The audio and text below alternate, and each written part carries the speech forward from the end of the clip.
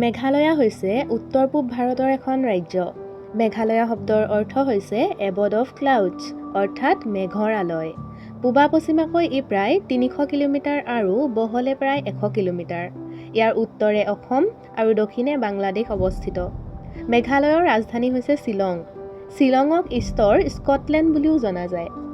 পূৰ্বতে মেঘালয় অসমৰ এক অংশ আছিল, কিন্তু ১৯৭২ চনৰ ২১ জানুৱাৰী তাৰিখে খাচী, গাৰো আৰু জয়ন্তীয়া জিলালৈ মেঘালয় নামৰ এখন নতুন ৰাজ্য গঠন কৰা হয়।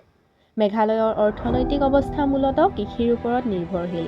ইয়াৰ উৎপাদিত কেইবিধমান উল্লেখযোগ্য শস্য হৈছে আলু, ধান, ঘেঁহু, আনাৰস, কল ইত্যাদি। মেঘালয় হৈছে সকলো লোককে আকৰ্ষণ কৰা এখন ঠাই। এই ঠাইখন গঠনৰ আঁৰৰ ইতিহাস কি আছিল?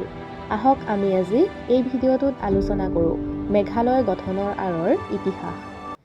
১৯৭২ চনৰ ২১ জানুৱাৰীত সেই সময়ৰ অসমৰ খাচী হিলছ, জয়ন্তীয়া হিলছ আৰু গাৰো হিলছ এই জিলাক কেন্দ্ৰ কৰি মেঘালয় ৰাজ্য গঠন কৰা হয়।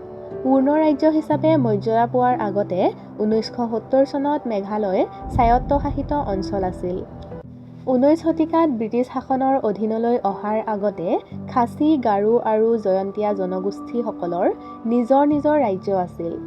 ১৮৩৫ চনত ব্ৰিটিছে মেঘালয়ক অসমৰ লগত অন্তৰ্ভুক্ত কৰে।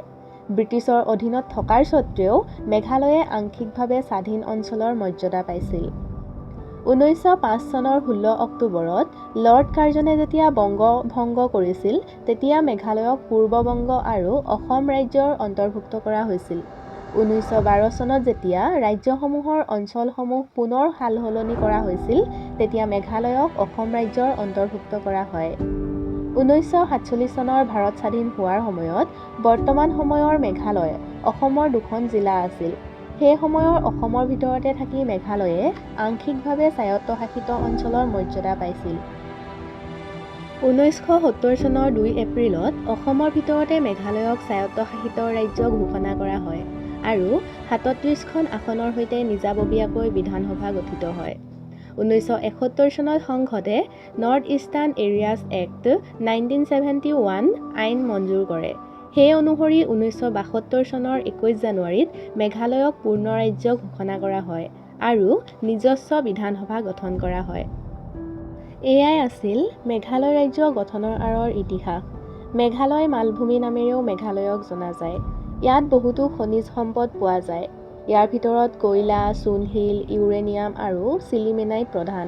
মেঘালয়ৰ নদীসমূহৰ পানী বৰষুণৰ ওপৰত নিৰ্ভৰশীল।